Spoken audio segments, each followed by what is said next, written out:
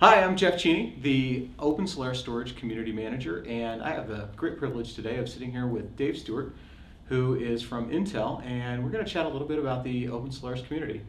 I'm David Stewart. I'm engineering manager at Intel Corporation. I manage the team that we call Team OpenSolaris, which works on really trying to make Xeon the best platform to run OpenSolaris on. Great. Well, Dave, thank you very much for joining us today. And Happy to. So I first found out about you and travels around the OpenSolaris world at various different conferences and things. And I understand you've been out on the road a little bit recently. Yeah, visited a few places. I've had the privilege of really talking about OpenSolaris and some of the work that we're doing in, I visited Mexico City for Tech Days there. Okay. I got to talk about OpenSolaris there. Most recently, actually, last month we were in Prague for the OpenSolaris Developers Conference. That was an independent from Sun conference that, Sun and Intel were co-sponsors of that conference. So got to talk there. That was a lot of fun. We had some interesting times with Java One in San Francisco. Which, yes, we did. I was there as well. Opportunity to really talk in sort of that broader, Sun community there. And we also, just last week, actually, I spoke at OSCON, which is the open source convention. Yes. So actually, I had the privilege of giving the only OpenSolaris talk at the whole open source convention. So fortunately, that was in Portland, Oregon, which is very close to where I live. So it ended up being it was nice. So anyway, and then throw in an odd trip to China or Israel or various other places. So anyway, somehow I managed to do have a good family relationship too, and manage a team in various places. Well, that's impressive. Well, I'd actually like to hear about OSCON and talking about OpenSolaris. How was that received? How did that open source community receive it? Intel talking about OpenSolaris? Yeah, it was nobody threw anything at me. That's always a good thing. My theme up there was really to kind of, my title, I thought, given the kind of, community kind of event that it was with a lot of different open source things, my title of my talk was Graybeards No More.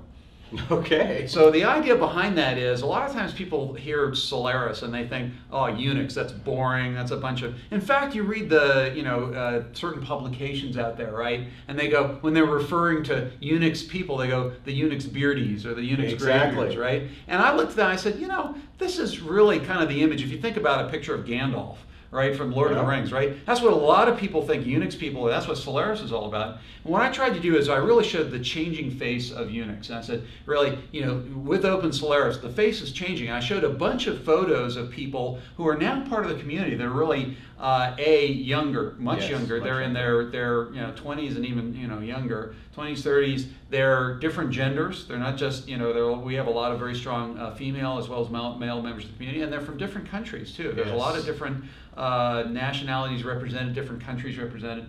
And so for each different sort of area, we tried to, show, here's a face of a person who's, involved with this area, right? So it's given an opportunity to show the changing face. And I think, the reception was I didn't hear anybody, I didn't hear anybody or any negative comment. In fact, I think there was openness and curiosity and interest that, hey, here's some really cool technology we can take advantage of. So I think there's a lot of interest there. Oh, that is really exciting. And I know that OpenSolaris has been really excited about having Intel's participation because, again, that's another company, it's another set of faces contributing to this set of open software that we think is pretty exciting, and we're hoping other people find it that way as well. Yeah. Tell me about Intel's contributions to OpenSolaris and how is that being received? Yeah, I will tell you that our reception as part of the community has been incredible. I've just been so amazed at how well we've been received, and part of it's just because we aren't just sort of kind of talking about it. We put some some engineering behind it. Some of the people who I've got some old graybeards, I have to say, but not all old graybeards, but some people with some experience really contributing code, contributing technology. The areas that we try and focus on, again, really are around some of the unique things in Xeon that I think are really cool. Some things like trying to keep power utilization as low as possible when you don't need it, but making it all really available when you do need it. Definitely. Things like area of reliability, availability, serviceability, RAS features. Working with the fault management architecture to really, make those Xeon platforms really good for that.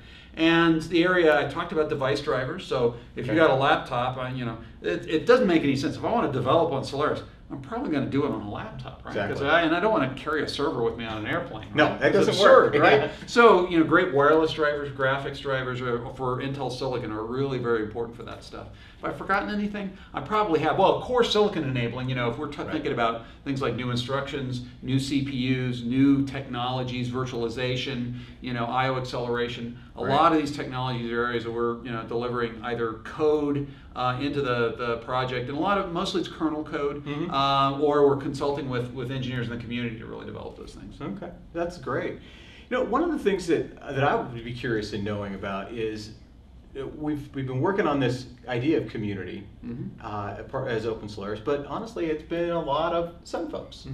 And from your perspective on the outside of Sun, what's your impression of the OpenSolaris community? I think the thing that's really it's been fun to see the kind of sort of raw passion that's gone into really trying to craft a community, right? And that's actually a really very positive indicator that sort of says, hey, people aren't just sort of casual about it. People are really putting their heart into it, right? Now, there are some differences in this community. Probably every community is different. I think one of the things that I think is going to be necessary to be more successful, I think, are some things that I think I've given a few observations like that just real briefly. One of the things I think is interesting is looking at ways to try and give people who do contribute, like in the kernel, a little bit more credit for that. Now, within Sun, I know that you want to be sort of one big team and don't want to highlight any individual, but open source projects really are kind of about individual contribution, right? And how do you honor kind of what they're doing? So giving them a little more, benefit. So this is one of those things where I think could really benefit, doing some more, trying to raise up some of those individuals, giving them a little bit more visibility. Sure. I think that's a place, and then some others. There are real differences with the OpenSolaris kernel and Linux, for example. What are the whole methodology of how you develop and deliver code into those two different kernels? Really different cultures, and if I use the P word, a different process for doing it, right? Very definitely. And so I think a recognition of that, not trying to duplicate what's in Linux, but recognize and value and appreciate the values that are in the process of OpenSolaris, I think is going to be something that could be done. So I think those are a couple of ideas that I think could really help make the community better. I mean, it's interesting because some of my developers are former Linux developers, and so I get a lot of impression about what's going on with Linux. Obviously, Intel's doing some stuff with Linux as well. So, it gives I'm able to kind of see a little bit of that, and so some ways that I think we could improve the community, I think, are ways I want to try and see that happen so that we can, make it even more, influential and help people out better. Well, I know one of the things that builds a great community is what like you had said, the recognition, the credibility that you get as you contribute more. Right. Yep. Do you have ideas on how we could? Yeah, actually, one of the areas, and this is something that we have no script going. You and I are not. Haven't figured this out. So so you may decide that you don't like my comments. But anyway, relative to that, I have there's when you see the list of changes that go into a particular build, for example. Right. The changes are listed, but no contributor, no individual is listed with any of them. Right. Now, when you go into Linux, though, you see, this person, whether it's Ingo or whether it's somebody else who might have had a contribution to something, that's highlighted, and that sort of builds that person's reputation and credibility, which is the coin of the realm relative to Linux, right? Right. And if you think about it from an open source community, we're not all just sort of anonymous gears and cogs in a machine. We're part of it's both individual as well as corporate, right? Exactly. So that would be one example of saying, can we highlight some people in the community? Now, if you dig into the change logs, I think you can find it. But it's not. I mean, finding ways to make that a little bit more obvious how that goes. I mean, I think that would be an area that would help. So. Okay. Well, I like the idea.